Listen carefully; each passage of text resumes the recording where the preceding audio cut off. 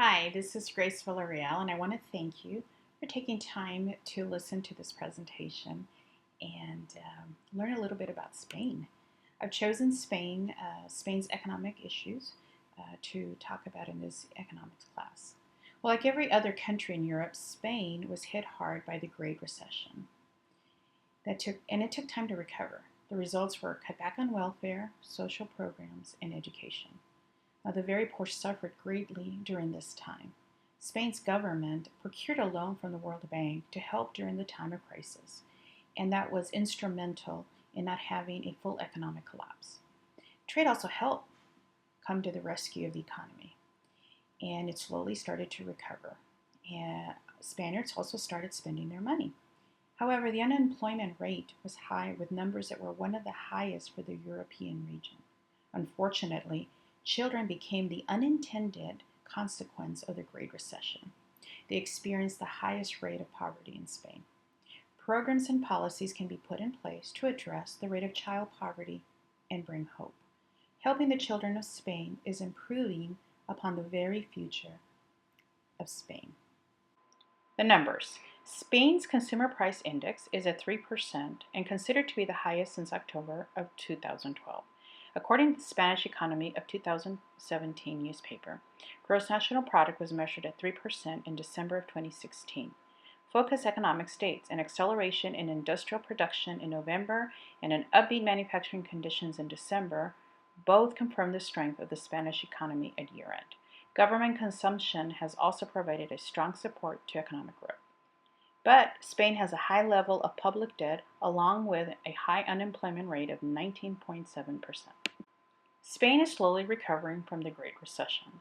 Spain's economy rebounded due in part to its export of cars, crude oil, car parts, and medicine.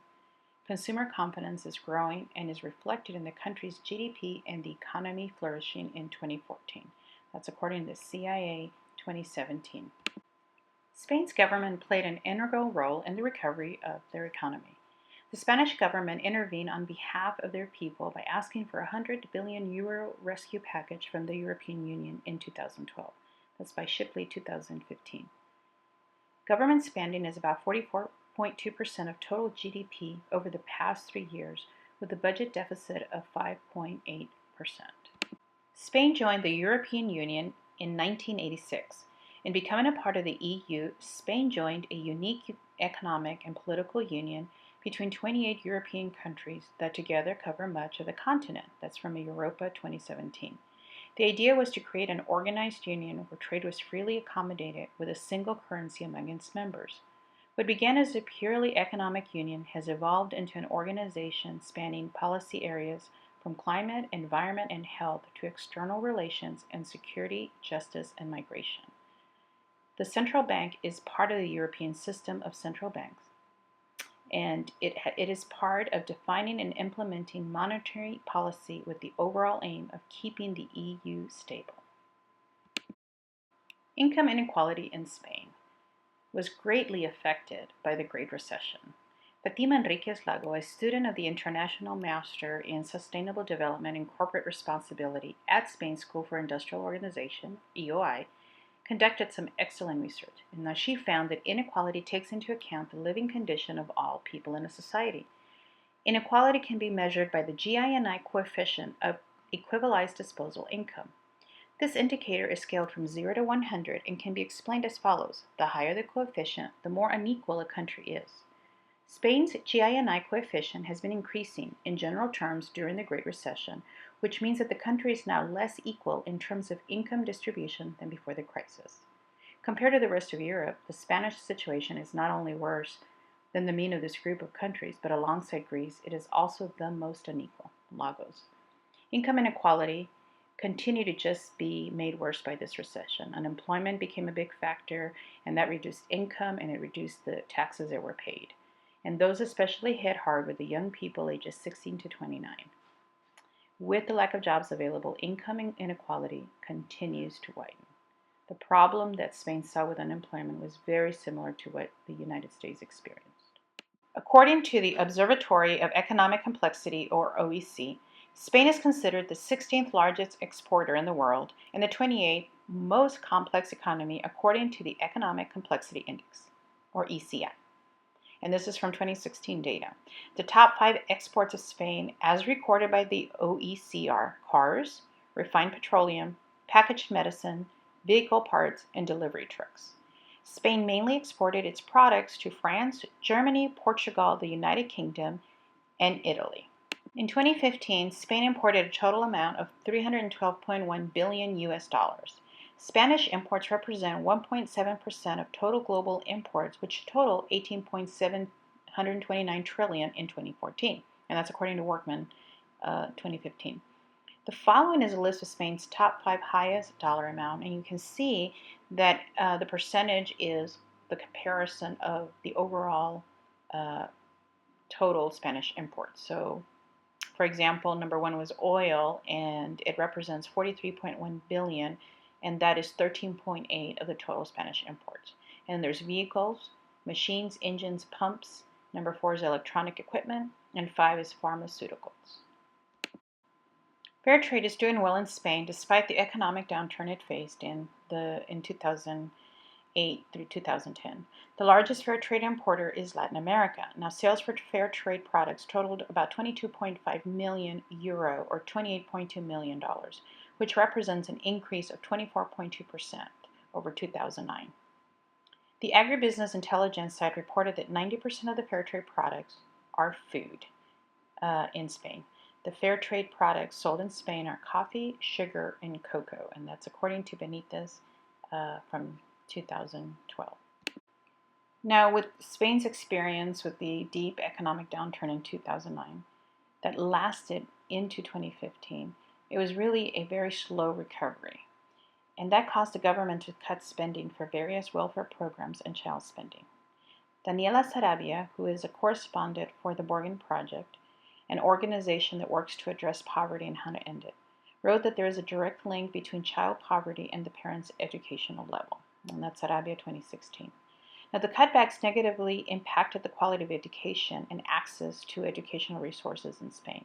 Subsequently, Spain's school dropout rate reached 24% in 2015, the highest in EU. Sarabia, 2016. Child poverty in Europe is about 27.6%, while Spain's is at 32.6%. Spain is dealing with a high unemployment rate that, coupled with the cutback on welfare programs, has caused the poverty level to skyrocket. Currently, Spain is dealing with a poverty rate and unemployment rate of 21%. Children are the highest risk group for poverty in Spain. UNICEF reported that Spain was ranked the 6th worst developed country for childhood income inequality. And that's from a quote from Anderson in 2016. Seji, who is a correspondent for The Guardian, writes, more than 27 million Spanish children, 1 in 3, lived in poverty or were at the risk of social exclusion in 2013. The EU average for the percentage of children living in poverty or at risk of social exclusion stands at 27.6%. Now, in Spain, it reached 32.6% last year. Sarabia also writes, increasing the quality of and access to education also has the potential to gradually reduce Spain's dismal unemployment rate. So it's a double-edged sword if education is improved. Spain needs to invest in their children to ensure a brighter future for their country. Hungry children have a difficult time learning and retaining information. Ensuring the poverty-stricken children have adequate amount of food will help in educating them. Education will also boost their self-esteem and bring hope to their situation. Hope is a strong ally against poverty. What can I do? What can I offer with my skills and abilities to help out a country like Spain? In 1984, employers actually turned to hiring temporary workers to bypass the expensive workman's compensation. Temporary work only lasted for about 2 years, and it paid much lower wages with little provision for unemployment. In 2015, 92% of the 15.4 million labor contracts signed in Spain were temporary, and 1 in 4 contracts were for 7 days or less, and that's according to Fortune magazine. Temporary workers are subject to exploitation. Spain needs to create policy that makes it more difficult to hire temporary workers and easier to hire permanent workers with fair wages for either of them. So my job would come in in offering a training center on gaining marketable skills to provide for long-term employment so they can re-enter the labor market with confidence in their skills and they feel protected under the new labor laws. Investing in people to be competitive in a digital and global world can increase human capital in Spain and economic development. My leadership skills combined with my information technology experience can help Spaniards gain skills and abilities to give them confidence. Using my leadership skills and IT expertise, I would open this training center and resource center for any Spaniard looking for a job. I would want to help Spaniards learn basic computer skills, interviewing skills, time management, nutrition, and personal budget. Spain is slowly recovering from the deep economic crisis they experienced in 2008. Trade is still an important component to the economic health of Spain. The aftermath of the Great Recession is a high unemployment rate, with the very poor and their children experiencing the greatest poverty in Europe. God's word is clear that the church has a calling to help the poor and the children. Many in Spain that find themselves in this predicament are not lazy or ignorant, and that's according to Myers, Walking with the Poor. They are caught in a wave of unemployment and undereducation. They don't have the skills or the ability to find a job or even ride out this economic crisis. The church has a calling to help fight poverty. The church can offer love, compassion, and financial aid to the poor. They deserve to be treated with respect and dignity. Spanish Christians and the church can take heed to the words in Matthew. Then the righteous will answer him, Lord, when did we see you hungry and feed you, or thirsty and give you something to drink? When did we see you a stranger and invite you in, or needing clothes and clothe you? When did we see you sick or in prison and go visit you? The king replied, or the king will reply, truly I tell you, whatever you did for one of the least of these brothers and sisters of mine, you did for me. And that's in Matthew 25:37 through 40. There is no doubt that the church can rise up and help the poor. God has given us skills and ability and love and compassion to help them. Well, I appreciate the time, and I'm glad you took some time to watch this presentation. Thank you, and God bless you.